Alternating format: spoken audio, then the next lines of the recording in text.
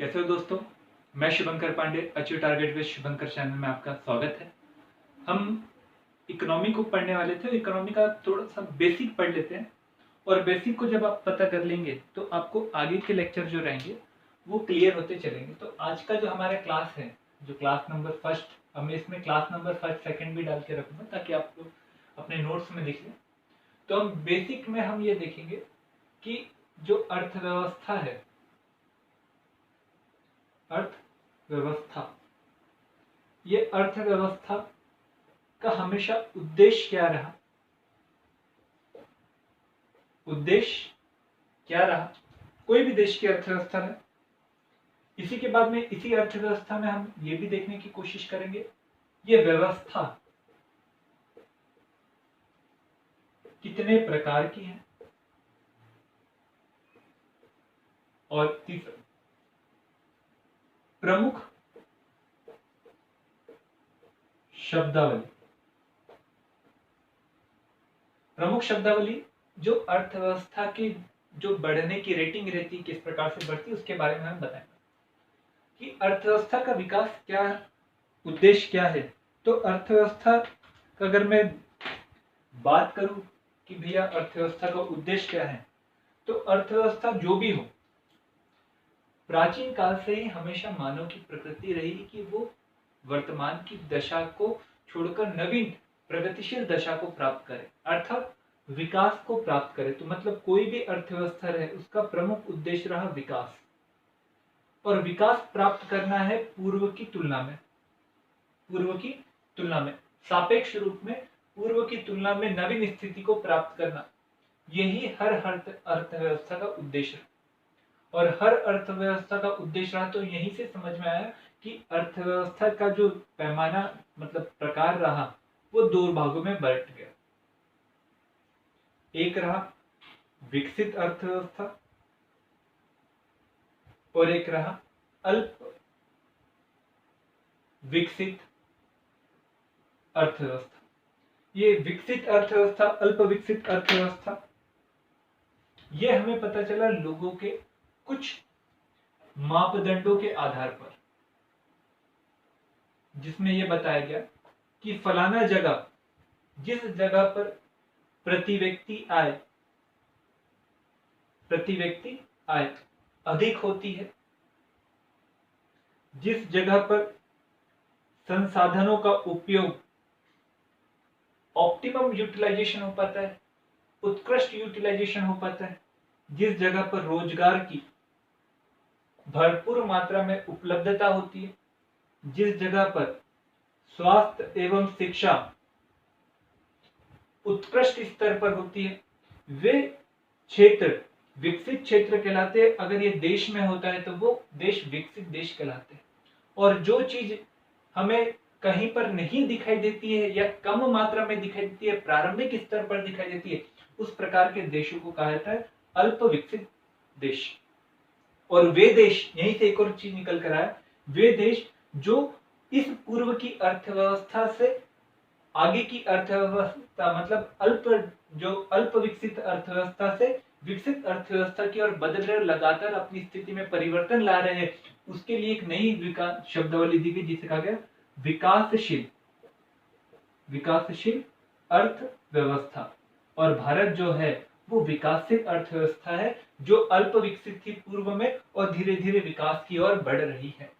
अब विकास की ओर बढ़ रही है तो भैया ये हमें दिखाना जरूरी हो गया कि भैया विकास के लिए बढ़ रही है तो भारत ने मॉडल कौन सा अपनाया कि अर्थव्यवस्था मतलब एक रहता है ना कि आप लोग जिंदगी में या फिर आप एग्जाम टाइम में जब आप तैयारी करते हो तो तैयारी करने के दौरान कई सारे लोगों का अलग अलग पढ़ने का तरीका रहता है और उस तरीके को पढ़कर, उस तरीके को अपनाकर ही वो गोल को अचीव कर पाते हैं। तो भैया ये बात भारत के विषय में पूछी गई कि भारत अल्प विकसित से विकासशील की ओर बढ़ रहा है, विकासशील से फिर विकसित की ओर बढ़ने की कोशिश कर रहा है, तो वो इसके लिए कौन से मॉडल को अपना रहा है, अर्थव्यवस्था के कौन से मॉडल को, कौन से प्लान को वो अपना रहा है। तो यहीं से अब हम ये देखते हैं कि अर्थव्यवस्था जो व्यवस्था रहती है वो कितने प्रकार की होती है, आर्थिक व्यवस्था कितने प्रकार की होती है। तो मैं टॉपिक यहीं पर ये बनाए रहने देता हूँ और यहीं से आपको बातों को समझाने की कोशिश करूंगा कि आर्थिक व्यवस्था के प्रकार, आर्थिक व्यवस्था के प्रकार। अब आर्थिक व्यवस्था के प्रकार यहीं से आपको मैं कई सारी बातें जो पुरानी है उसको ही मैं बताने की कोशिश करूंगा। अर्थव्यवस्था, आर्थिक शब्द ये पुराना वर्तमान का है नहीं।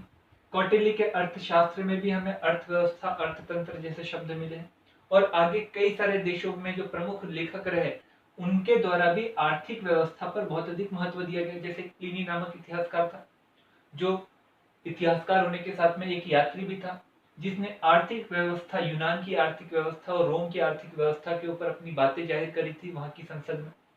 तो मतलब आर्थिक जो शब्द है वो पुराना नहीं, नया नहीं है, पुराना है। पर अगर हम व्यवस्था की बात करें तो व्यवस्था व्यवस्थित रूप में हमें, अगर हम थोड़ा सा पीछे जाए तो हमें पुनर्जागरण काल के समय में दिखाई देता है कि व्यवस्था का विकास कैसे हुआ। पुनर्जागरण काल के समय में उपनिवेशवाद का धीरे धीरे विकास हुआ। अब ये जो उपनिवेशवाद का धीरे धीरे विकास हुआ, इसमें एक विचारधारा आई कि जो भी देश है वो देश को लगातार शक्ति को प्राप्त करने के लिए बढ़ते रहना चाहिए। यदि शक्ति को प्राप्त करते रहेगा तभी देश जीवित रहेगा, और इसलिए उन्होंने उपनिवेशवाद पर बल दिया। और उपनिवेशवाद तो एक व्यवस्था हो गई, और इसकी आर्थिक अगर हम शब्दावली कहे तो उसे कहा गया वाणिज्यवाद। क्या कहा गया? वाणिज्यवाद। और इस वाणिज्यवाद में हमेशा शक्ति को प्राप्त करने की कोशिश की गई। मतलब एक तरफा व्यापार पर बल दिया गया, और एक तरफा व्यापार पर बल देने के कारण जो विकसित थे वो लगातार जो कम विकसित थे उनका शोषण करने लगे।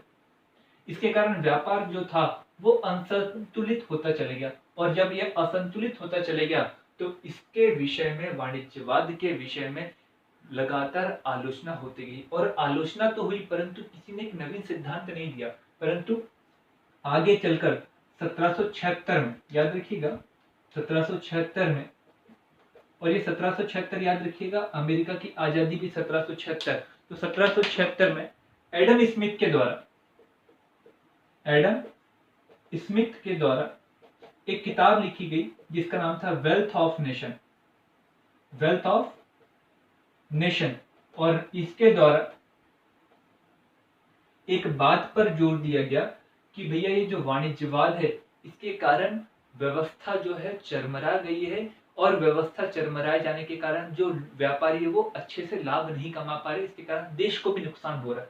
तो भैया जो भी व्यापार हो वो मांग और आपूर्ति के आधार पर हो, मांग और आपूर्ति के आधार पर हो। और मांग और आपूर्ति के आधार पर जो विचारधारा रखी गई वो एडम स्मिथ में रखी गई, और यहीं से एक विचारधारा आई जिसको कहा गया कैपिटलिज्म, इसे कहा गया पूंजीवाद, और यहीं से पूंजीवाद की शुरुआत हुई।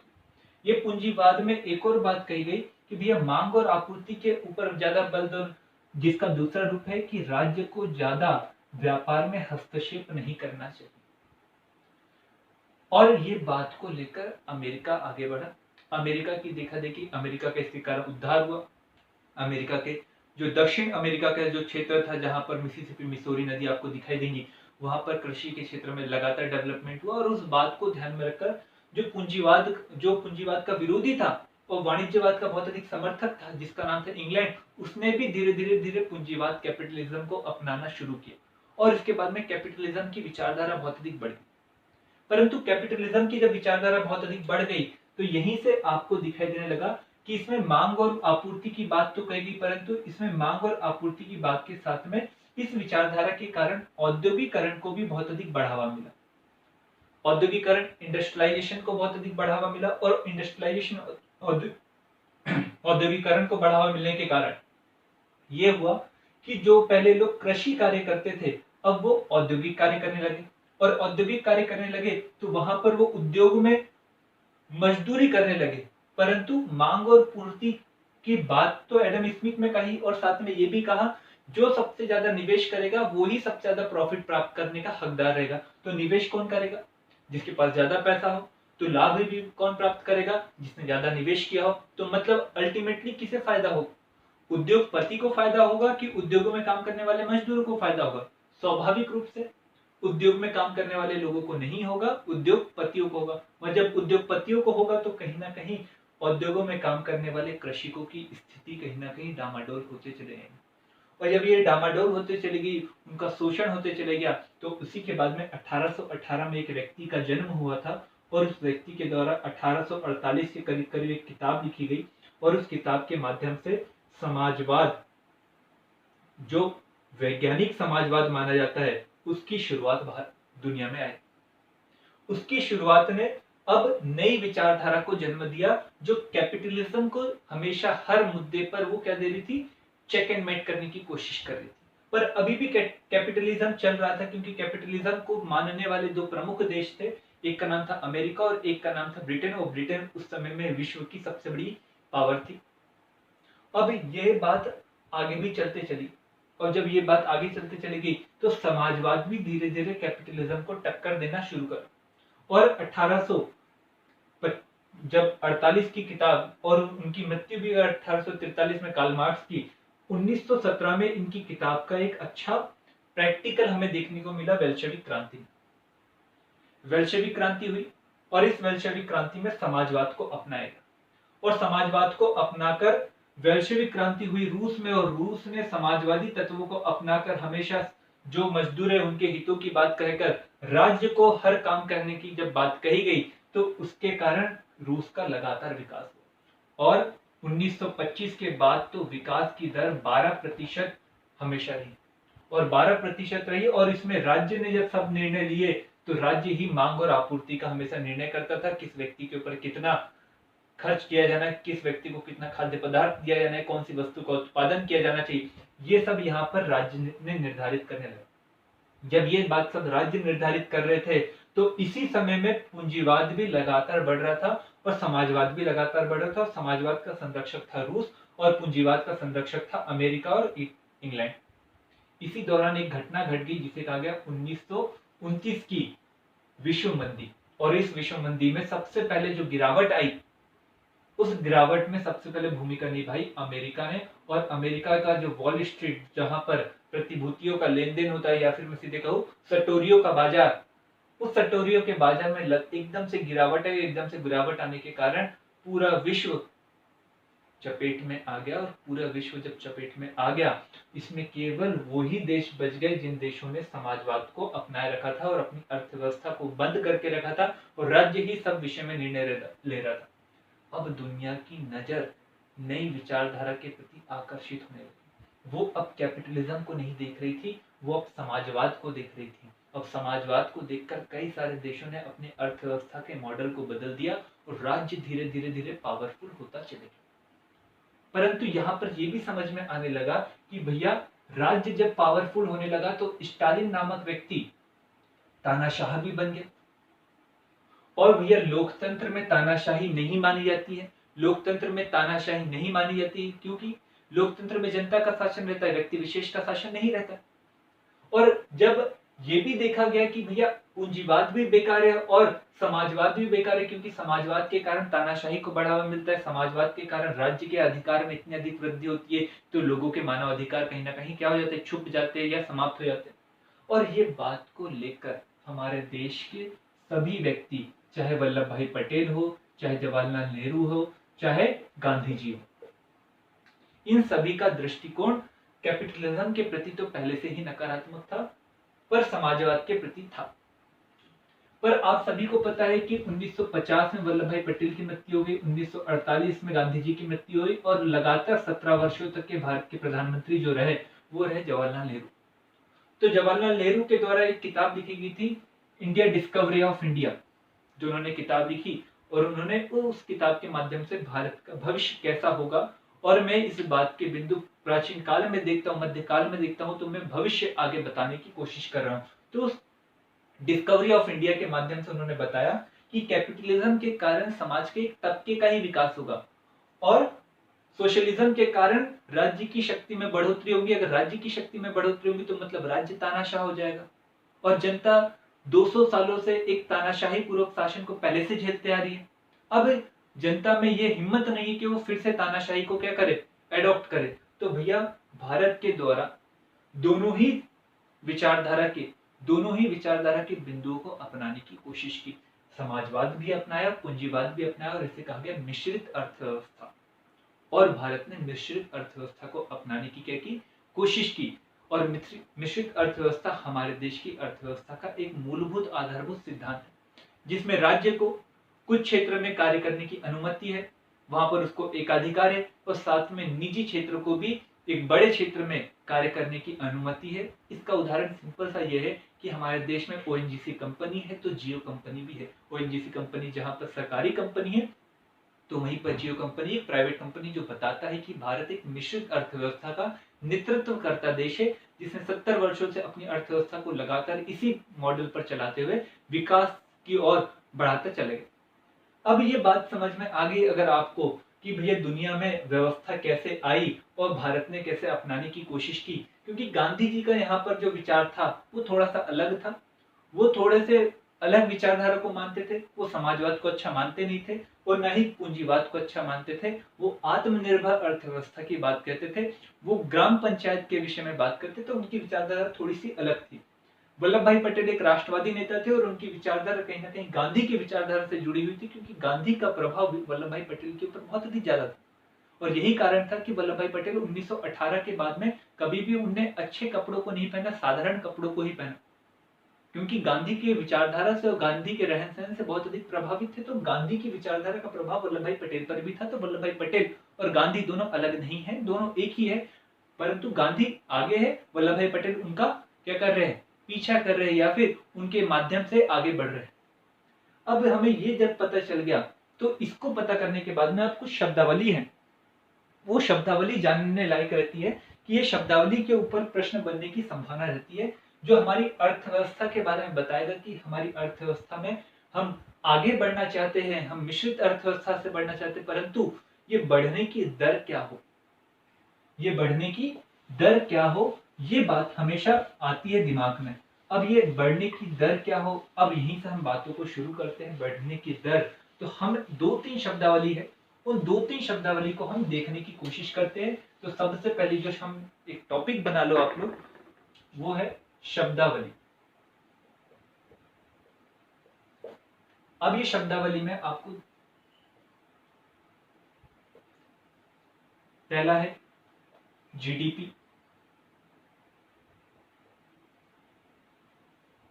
एनएनपी। आप जीडीपी लिखिए। जीडीपी एक प्रमुख शब्दावली है, और जीडीपी शब्दावली का अगर हम फुल फॉर्म बताएं तो आपको जीडीपी का फुल फॉर्म दिखेगा ग्रॉस डोमेस्टिक प्रोडक्ट, या सकल घरेलू उत्पाद। सकल घरेलू उत्पाद का सीधा सीधा कहना यह है कि किसी भी देश के द्वारा एक वर्ष में, किसी भी देश के द्वारा एक वर्ष में उत्पादित वस्तु के मूल्य को किसी भी देश के द्वारा एक वर्ष में, एक कौन सा वर्ष, वित्त वर्ष। अब एक वित्त वर्ष आता है 1 अप्रैल से लेकर 31 मार्च तक का, और इस वित्तीय वर्ष में किसी देश के द्वारा अपनी पूंजी का उपयोग करके उत्पादित की गई वस्तु के मूल्य को जीडीपी में नापा जाता। इसमें अगर कोई पूंजी का उपयोग विदेश में हमारे देश की पूंजी का उपयोग हो रहा है और वहां से भी उत्पादन हो रहा है, तो भैया वो भी इस जीडीपी के अंतर्गत ही आती है। इससे ये पता चलता है कि भारत की कैपेसिटी कितनी है, मतलब भारत अपने आप पर निर्भर होकर कितना अधिक उत्पादन कर सकता है। मतलब किसी अन्य देश के ऊपर निर्भर ना होकर केवल अपने ही देश की उत्पादन शक्ति पर निर्भरता बताता है जीडीपी। कौन बताता है? जीडीपी। इसमें यह बात ध्यान में रखना है आपको कि एक वर्ष में उत्पादित की गई वस्तु जो भारतीय पूंजी से ही हो, मैं भारत के बारे में बता रहा हूं, तो भारतीय पूंजी से भी हो, और ये भारतीय पूंजी के माध्यम से अगर विदेश में जाकर क्या किया जा रहा है, विदेश में जाकर अगर उत्पादन किया जा रहा है भारतीय पूंजी का उपयोग करके, और वहां से आय प्राप्त हो रही है, तो वो भी इसमें शामिल होते हैं। और दूसरी बात, अगर यहां पर ध्यान में रखिएगा, इसी में जीडीपी की जगह एनडीपी, नेट डोमेस्टिक प्रोडक्ट, जो दूसरा शब्दावली है वो दूसरा शब्दावली इसी का एक अलग रूप है, जो इसी के बारे में बताता है, केवल एक चीज को हटा देता है, वो है घसावट। मतलब जैसे कार्य किया जाता है, आप यहां से आपने आम खरीदा, मान के चलिए, इसको उदाहरण देकर समझिए, आपने आम खरीदे, 2 ट्रक आम खरीदे, और 2 ट्रक आम की जो टोटल रुपए रहा, जो टोटल लागत रही, वो लागत रही आपने मान के चलो 5 लाख रुपए। ठीक है, अब 5 लाख रुपए में आपने आम खरीदे 2 ट्रक, और 5 लाख रुपए आम खरीदने के दौरान आपको 50,000 रुपए का पेट्रोल और अन्य खर्च हो गया। तो मतलब अब वो टोटल आम की खरीदी कितनी हो गई? 5,50,000। और 5,50,000 ये हो गया, तो मतलब ये हो गया, मान के चलो ये जीडीपी हो गया, मान के चलिए जिसने बेचा उसके लिए जीडीपी हो गया। पर यहीं पर अगर हम एनडीपी में अगर बात करें, तो यहां पर यह हो जाती है घसावट। इसे जीरो नहीं किया जा सकता, क्योंकि भाई किसी भी वस्तु को बनाना है या किसी वस्तु को लाना है, तो स्वाभाविक रूप से उसके लाने में और बनाने में खर्चा होगा ही होगा। तो भैया इस खर्चे को कम करना हमेशा हर अर्थव्यवस्था का उद्देश्य रहता है, और इस अर्थव्यवस्था को लगातार ये काम करना पड़ता है कि वो भैया लागत को हमेशा कम करे। मतलब एक शब्दावली यहीं से आता है, इंक्रीमेंटल कैपिटल आउटपुट रेशो। यहाँ पर ICOR करके आता है, ICOR यहाँ पर हमेशा आएगा। इंक्रीमेंटल कैपिटल आउटपुट रेशो ये बताता है कि अगर किसी वस्तु का उत्पादन किया जाता है, तो उस वस्तु के उत्पादन के दौरान जो लागत लगती है उसके बारे में बताता है, साथ में उसकी गुणवत्ता के बारे में भी बताता है। तो भारत की हमेशा कोशिश रहती है कि जीडीपी को तो मैं बढ़ाते ही चलूं, लगातार जीडीपी को बढ़ाते चलूं, और अपनी जो उत्पादन क्षमता उसको बढ़ाऊं, साथ में इस उत्पादन क्षमता में लगने वाले खर्च को भी मैं क्या करूं, कम करूं। जब इस लागत को मैं कम करूंगा, तो कहीं ना कहीं मेरा ICOR क्या हो जाएगा, कम, और ICOR कम होगा तो प्रॉफिट की संभावना क्या होगी, ज्यादा होगी। प्रॉफिट की संभावना क्या होगी, ज्यादा होगी। तो इसलिए इसमें घसावट को क्या किया जाता है, हमेशा हटाने की कोशिश की जाती है। तो मतलब क्या रहता है, एनडीपी का मतलब होता है, अगर मैं एक फॉर्मूला बना दूं, एनडीपी बराबर से होता है जीडीपी माइनस घसावट, घसावट, और निकल कर आता है एनडीपी। अब प्रश्न ये पूछता है, आज का प्रश्न, कि बताइए हमेशा घसावट कभी भी शून्य हो सकती है क्या? नहीं हो सकती। तो मतलब ये हमेशा शून्य नहीं हो सकती, कभी शून्य नहीं हो सकती, तो मतलब हमेशा ये कोई ना कोई डिजिट में होगी ही होगी। तो मतलब हमेशा जीडीपी में से घसावट को जब घटाएंगे तो ही एनडीपी निकल कर आएगा। तो मतलब कभी भी जीडीपी और एनडीपी कभी बराबर हो पाएगा क्या? नहीं हो पाएगा। तो मतलब हमेशा जो एनडीपी रहेगा वो जीडीपी से क्या रहेगा, हमेशा कम रहेगा, हमेशा क्या रहेगा, कम। और जिस देश का एनडीपी ज्यादा रहता है, जिस देश का एनडीपी ज्यादा रहता है, अर्थात मैं इस सेंस में कह रहा हूं कि भैया जीडीपी और एनडीपी के अंतर बहुत कम रहता है, उस प्रकार की अर्थव्यवस्था की उत्पादकता और गुणवत्ता बहुत अधिक मानी जाती है। भारत में जो हम बात करें कि भारत की आजादी के बाद में हमारे यहाँ पर ना टेक्नोलॉजी थी, ना ही विदेशी पूंजी थी, इसलिए हमें क्या करना पड़ता था, कोई भी चीज को बनाना है तो उसको बनाने से पहले उस पद्धति को प्राप्त करने की कोशिश करना पड़ता था। और कोशिश करना है तो मतलब कहीं ना कहीं संभावना कम रहती थी, और संभावना कम है तो मतलब अगर कोई वस्तु को बनाया जाएगा तो उस वस्तु को बनाने में, उस वस्तु की बनाने की पद्धति को लगने वाले रुपए को भी उसमें ऐड करना पड़ता है। और इसके कारण भारत में वस्तु की कीमत क्या हो जाती थी, बढ़।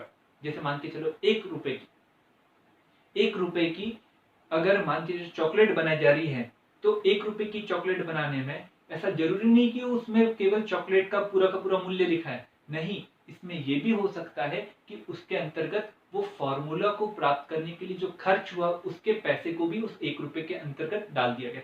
अगर ये फॉर्मूला को प्राप्त करने में बहुत समय लगा और बहुत ज्यादा पैसा खर्च हुआ, तो चॉकलेट का मूल्य क्या हो जाएगा, बढ़ जाएगा।